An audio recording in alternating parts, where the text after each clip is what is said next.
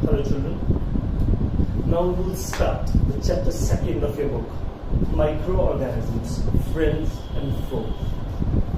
In this chapter, we will discuss what are microorganisms, what are their types, in which classes, in which divisions they are divided, how we discover them. Next thing, the use of microorganisms as well as certain harms of them. So this chapter includes all these activities, and this chapter is a very important topic for your class 9, as that part will come in detail in your class 9. So first we will discuss what are living organisms. The living organisms are the organisms which are considered as a life, which is considered to be have a life. Those are considered as living organisms. This perform certain various metabolic activities. They are made up of cells. So these are certain characteristics of living organisms. Living organisms are basically of three types: plants, animals, and microorganisms. And this chapter is all about the third type, that is microorganisms. Microorganisms are the organisms which cannot be seen by naked eyes. For those organisms, we require a special optical device known as a microscope. If someone asks you what is a microscope, microscope is an optical device which enhances the image, the size of image. Enhance means to increase the size of the image so that it looks multiple times bigger than its actual size, and by which we can easily observe its part. So microscope enhances the image size. And microorganisms are the organisms which cannot be seen by the naked eyes. Naked eyes means only eyes. We don't use any optical device. And to see them or to observe them, we require a special optical device, and that optical device is named as a microscope. The first raw microscope was made by Robert Hooke, but the first compound microscope was found by Anton von Leeuwenhoek in 1674, and he was the first scientist who described about the microorganisms. In fact, he was the first scientist, Anton von Leeuwenhoek, who first discovered the living cell. You will discover, you will study in the chapter cell of your book, that first scientist who discovered a cell was Robert Hooke. That is correct. But first living cell was discovered by Anton von Leeuwenhoek by his self-made microscope in 1674. In 1674, he observed pond water and discovered the first living cells, that is bacteria. And bacteria is microorganism. We cannot see bacteria by our naked eyes. To see it, to observe its parts, to observe its cell, we require a special optical device, and that optical device is known as microscope. What does this microscope contain? This microscope contain a certain magnifying lenses. The lenses which magnify the image, which enhance the image, and by enhancing multiple times, we can easily observe it. So, microorganisms are the organisms which cannot be seen by the naked eyes, and to observe them, observe their parts, we require a microscope. In 1674, first scientist who described about the microorganism was Anton von Leeuwenhoek. He was also the first scientist who discovered living cell. He was also the first scientist who discovered the microscope, the compound microscope basically. Next one, on the basis of number of cells, the microorganisms are of two types: unicellular microorganisms and multicellular microorganisms. There are certain microorganisms which are composed of single cell, which are made up of one cell, as uni means single and cellular means made up of cell. So the living organism which is composed of only one cell are known as unicellular, and the microorganism which is composed of multiple means many cells, more than one cells, those kind of microorganisms are known as multicellular microorganisms. The next topic is, what is microbiology? The science that deals with the study of microorganisms is known as microbiology. Microbiology is basically the branch of biology in science that deals with the microorganisms. All the physiological processes, the chemical composition, all the related topics of microorganisms are studied in one branch, and that branch is known as microbiology. So the science which deals with the microorganisms is known as microbiology. And the scientist who studies the microorganism is known as microbiologist. The scientist who works regarding the microorganisms, their growth, their uses, their harms, all those scientists are regarded as microbiologists. Next one, where do we find microorganisms? Where are they present? Microorganisms are present almost everywhere. They are present in the air, they are present in the soil, they are present in the water, they are present in the human body, they are present in the animal body. Microorganisms are present everywhere. In fact, microorganisms are the only living organisms which are present in the most harsh conditions, in the most difficult conditions of the environment, like the marshes, like the Antarctic region, where the whole area is covered with snow, with a very large amount of snow, where the temperatures are quite low. Regarding that, they are also present in hot springs, the hot water springs, गर्म पानी के झरने, जहाँ पर कोई life दूसरी possible नहीं है, वहाँ पर भी microorganisms हैं. So the microorganisms are present in the most harsh conditions of the environment. Now, what they possess, what is present in the body of the microorganism so that they are surviving in those harsh conditions?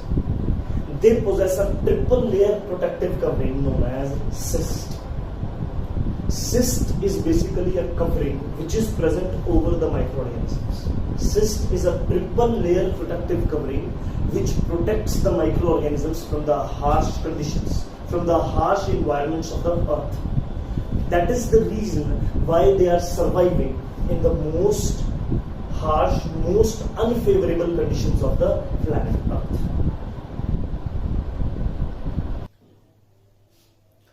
Now we discuss the major groups of the microorganisms.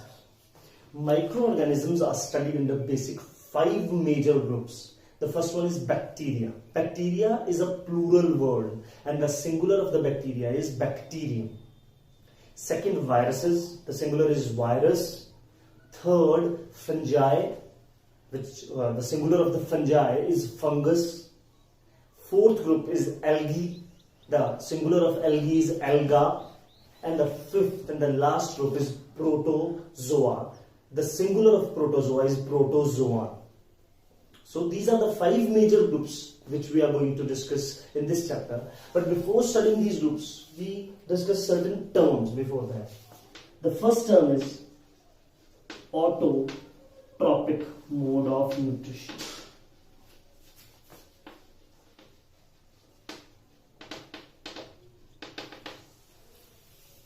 The mode of nutrition in which an organism synthesizes its own food is known as autotrophic mode of nutrition or autotropism. Second, heterotrophic mode of nutrition. The mode of nutrition in which an organism cannot synthesize its own food and depends on other organisms for its nutritional requirement for its food is known as heterotrophic mode of nutrition. Next, aerobic respiration.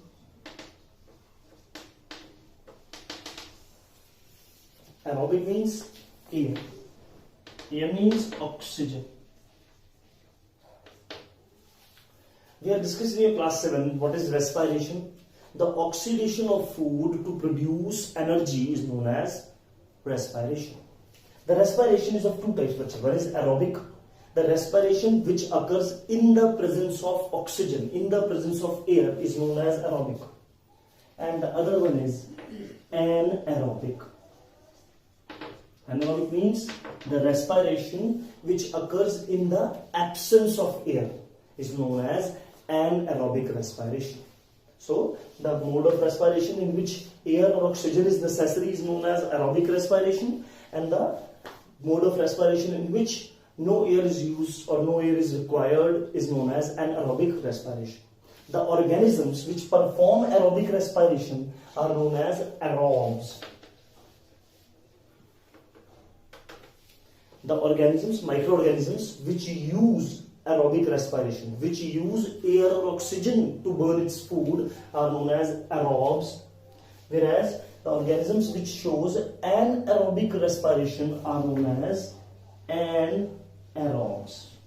That means the organisms which do not use oxygen to burn food, to produce energy by burning the food is known as or are known as anaerobes. So the organisms are two types. One is aerobes, which use oxygen to burn food, are known as aerobes, and which do not use oxygen to burn food to produce energy are known as anaerobes. Now we'll discuss the first major class of microorganisms, that is bacteria. Bacteria are very small and the smallest living organisms. Their size ranges from 0.2 to 1000 microns. The smallest living organism is a bacteria whose name is PPLO, that is Pleuropneumonia-like organism, and its scientific name is Mycoplasma gallisepticum. That is the smallest living organism, that is a bacteria which is living on the earth. So bacteria size is very small, that is 0.2 to 1000 microns. That is the range of the various bacteria. Micron means 1 micron is equals to 10 raised to the power minus 6 meters. It's a very small unit. In fact, one of the smallest units of meters. You know, the standard international unit is meters to measure the length. And there are very much smaller units like centimeters, millimeters, and then after millimeter came micron. 1 micron is equals to 10 raised to the power minus 3 millimeter. And 1 micron is equals to 10 raised to the power minus 6 meter, that is 0.000001 meter. So that was small unit. Next one, all the bacteria are unicellular. They are not having multiple cells. They are single celled organisms. So all the microorganisms, all the bacteria are unicellular organisms. The bacteria shows autotrophic mode of nutrition as well as heterotrophic. So some are autotrophs bacteria and other are heterotrophs. They can synthesize their own food as well as they can take the food from other organisms. Next one, check. Bacteria are aerobic or as well as anaerobic respiration. They show both type of respiration. Some bacteria shows aerobic respiration, they are called aerobic bacteria or aerobes, and some bacteria shows anaerobic respiration, that is they do not use air to burn the food, and those are known as anaerobic bacteria. Generally they reproduce by binary fission. What is binary fission? The reproduction method in which one parent cell directly divides into two. That is known as a binary fission. Fission means to split up and bi means two. The parent cell divides directly into the two cells and that's how reproduction occurs. So they reproduce generally by binary fission. Next one, they are of different types on the basis of their shape. So the shapes of bacteria, there are certain examples also given to you. The first is bacilli. The bacilli means rod shape. This shape, the rod shape, long, broad, rectangular rod, 3D dimensional structure. The example of bacilli or the rod shaped bacteria is Escherichia coli, E. coli. Escherichia coli used to live in the human intestine. It's a human friendly bacteria. It helps in the digestion of the food in humans. Next is cocci. Coccus, similar is coccus. Cocci means round, spherical shape, goal. The spherical shaped bacteria's example is Streptococcus pneumoniae. Streptococcus pneumoniae. This bacteria is the responsible for the disease pneumonia. Pneumonia is a very dangerous disease, which is a bacterial disease which is caused due to the bacteria, and the name of the bacteria is Streptococcus pneumoniae. The next is Vibrio. Vibrio means comma-shaped bacteria. You know the sign comma. The shape of the bacteria is like a comma, so from the comma we take the name of that bacteria is Vibrio. So the example of the Vibrio-shaped bacteria is Vibrio cholerae. They caused a disease named as cholera. So Vibrio cholerae is the bacteria which causes cholera. The last one is Spiralia. Spiralia means spiral shape. The example of the Spiralia-shaped bacteria, the spiral-shaped bacteria is Treponema pallidum.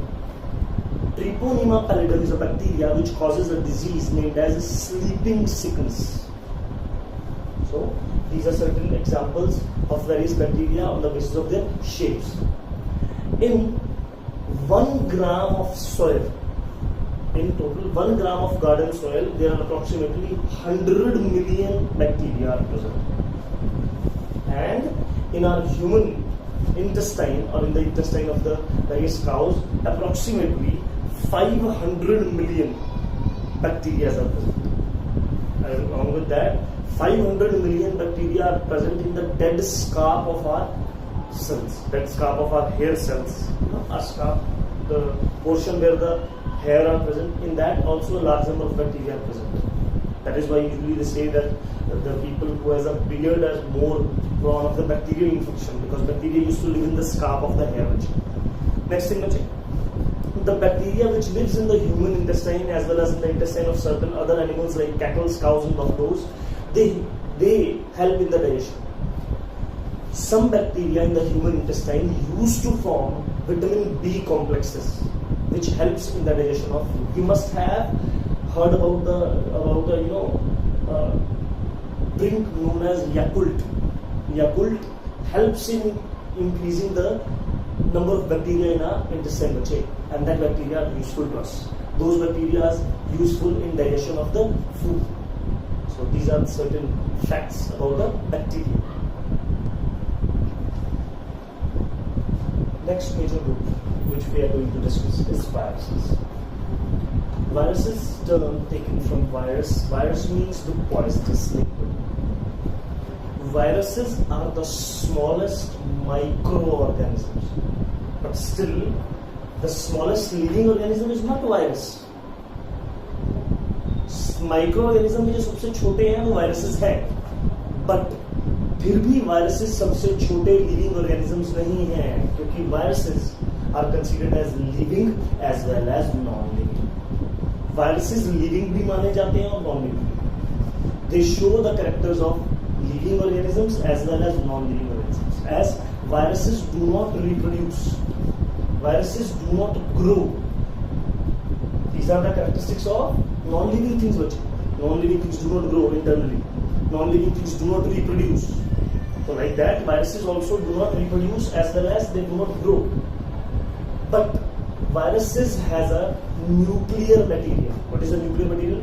They contain either the DNA or RNA. On that basis, the viruses are of two types: DNA viruses, which contain DNA as a nuclear material, and another one is RNA viruses, which contain RNA, ribonucleic acid. Those are known as RNA viruses, and DNA means deoxyribonucleic acid. So, on the basis of nuclear material, the viruses are of two types: DNA viruses and RNA viruses. So, they show the characters of both living things as well as non-living things.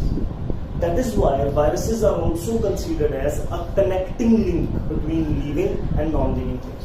The connecting link means the link which connect the two things. They connect between the living and non-living. That is why they are considered as connecting links between the living and non-living things. Next, the size of viruses is very small. That is approximately 20 to 30 millimicrons. Millimicron is even more smaller than the micron. So that is their size, which is very small. They composed of only a nuclear material, that is either DNA or either RNA, and that nuclear material is covered by a protein coat named as capsid. क्या होता है बच्चे? Nuclear material होता है centre में, DNA RNA, और उस DNA RNA के ऊपर एक प्रोटीन कोट होती है. That's it. These organisms, that's the reason they are known as acellular. A means absent, cellular means made up of cell. The organism which is not made up of the cells, which is not made up of this component of cell. What are the component of cell? There are three components of a cell: cell membrane, nuclear material, and cytoplasm. They do not possess all the three cell components. That is why they are considered as acellular. So the viruses are considered as acellular because they are not made up of the substances which are used to make a cell. So these are certain properties which I explained to you. Viruses, the smallest microorganism, size is 20 to 30 millimicrons, studied only under the electron microscope. The electron microscope's magnifying range is quite high. That's why they can only be seen, they can only be studied under the electron microscope. They are acellular, that is, they do not composed of the cells, they are not made up of the products of the cells.